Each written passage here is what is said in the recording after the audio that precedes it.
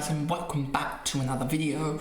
And in this video we're going through the AFL SuperCoach trade targets for round 4. Much like I did in Fantasy, we're going to try and make this one a quick one. I don't want to keep you guys too long, as well as this one is being recorded later than I want at night, so hopefully we can get through it before my battery on my computer dies as well. But yeah, let's just get through this video as well. So as you can see here, and it is loaded properly, Davidson top break even in terms of negative break even somehow with an 88 negative. That's negative 88, which means I believe if I just pull up let's just go here, calculator, and we go roughly 0.4, I have to actually do it manually, times 88. So if we scored a 0, he'd still go up 39.4k or so, roughly, that is.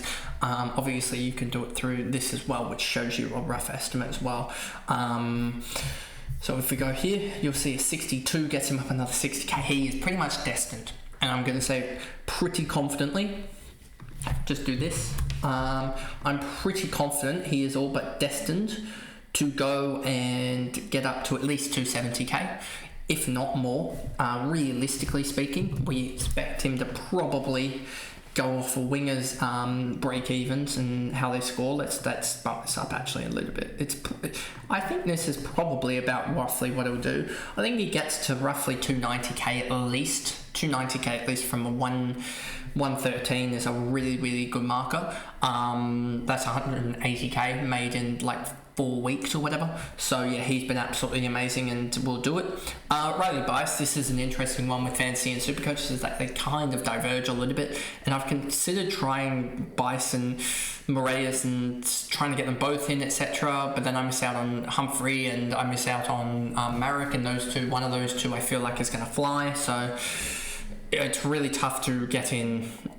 You need at least one of these two, if not both of them, and then you've got Bailey Humphrey at minus 55 break even as well. So you could honestly just change out your rookies here. Let's just do a hypothetical for my team. Do this, and then do this, and let's just do another trade just because. Use the activate the boost here. Let's just do a hypothetical speaking. If we wanted to hold Lindsay, trade Lindsay, you could do Humphrey, because then you'd have Bice as well. You're not really upgrading with this, but you're just getting massive cash in.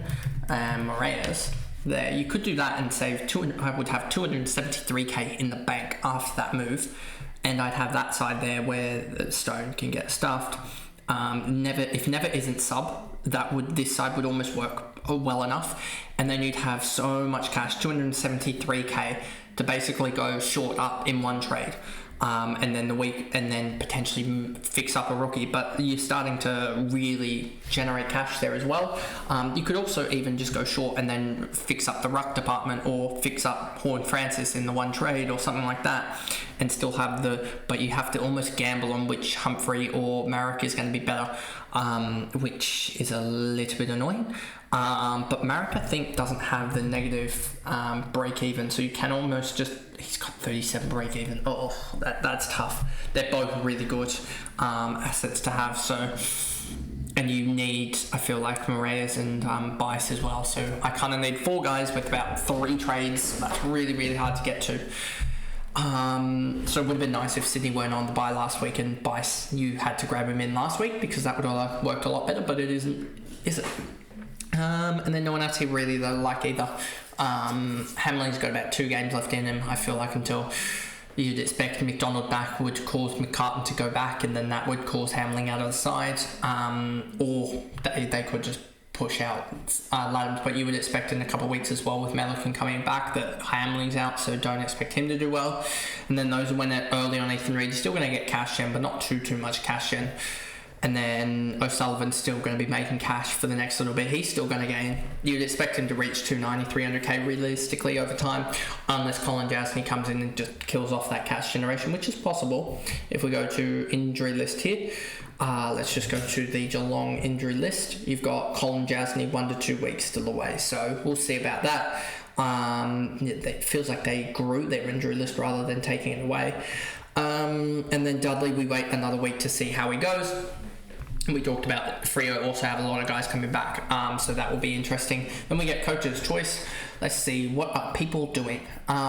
You've got 15% bias, and then Humphrey is the big one over Marek. I've also considered Jack Sinclair as well as the guy that I've considered on both platforms heavily considered him because he's pretty much a straight swap from like SDK or potentially getting out of short or something like that. Straight pretty much with all these rookie downgrades, a straight swap with the extra cash. So there's that. So he's definitely in consideration. I wouldn't tell anyone no to basically these top 5 guys. Simple as that. I mean, Smith, a lot of us had him in anyway. Davidson, I don't know why people missed him on the initial price jump because that was sort of obvious. De Koning and then Zorko, I can understand people trading into him. Travalia, I think it's a week early. You wait, and if he gets injured now, season-ending injury, you've got a 172k guy just sitting there, so for no reason, basically. I mean, he does have the Sunday fixtures as well in case he got injured, but are you really planning for that? I don't think you would be. If you read, understand that. Nathan O'Driscoll, negative 36 break even. He's still going to make so much cash, but I just don't know if it's there compared to some other guys.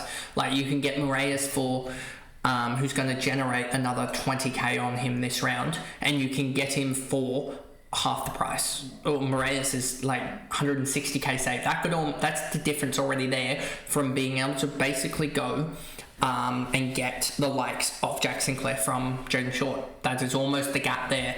Jaden Short's I think 443. So that pretty much is the gap there, which is kind of telling. Then you get Jackson. I wouldn't be trading him in. That's just people chasing the score. Jason can understand this as well.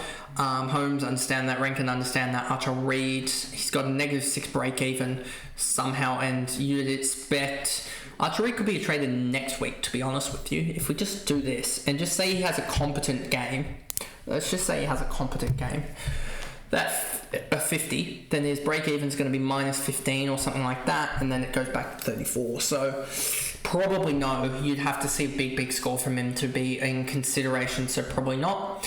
And then for the changes for round out, for players getting traded out, you've got Xavier Lindsay. Understand that from a certain perspective that, he's just going to be a guy that needs to potentially go if you want to fund the cash, because you've got other guys there that you're waiting for. Potentially you're waiting for Asadis, who's basically all but going to come back in for gather round, we expect.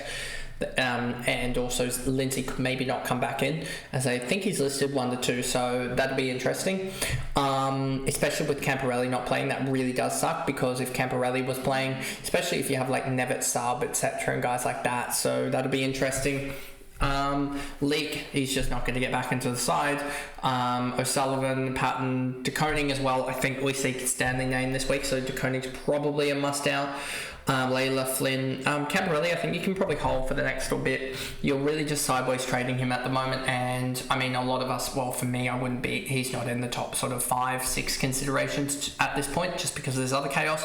Never, I don't think he'll be sub again. That would be really dumb from Scott. There was a stat that came out today that Nevitt's actually the most efficient tackler in the game, and you left him out in a wet game. To Chris Scott, that you overthought yourself, basically, is what happened. Understand people trading outsiders to a certain degree if you're worried that he doesn't come back for gather round, but all signs sort of point towards that at the moment from the knowledge I have. And then understand these sort of premiums that you sort of think are failing, can trade them out at this point as well. I wonder what Tristan Cherry being basically traded out by a couple is interesting, I would say. But anyway, that is the video there. Finally caught up on all the videos after last night having some audio problems. I hope the audio problems aren't as bad, or if they are, hopefully not even there, but if they are, that I will try and fix them.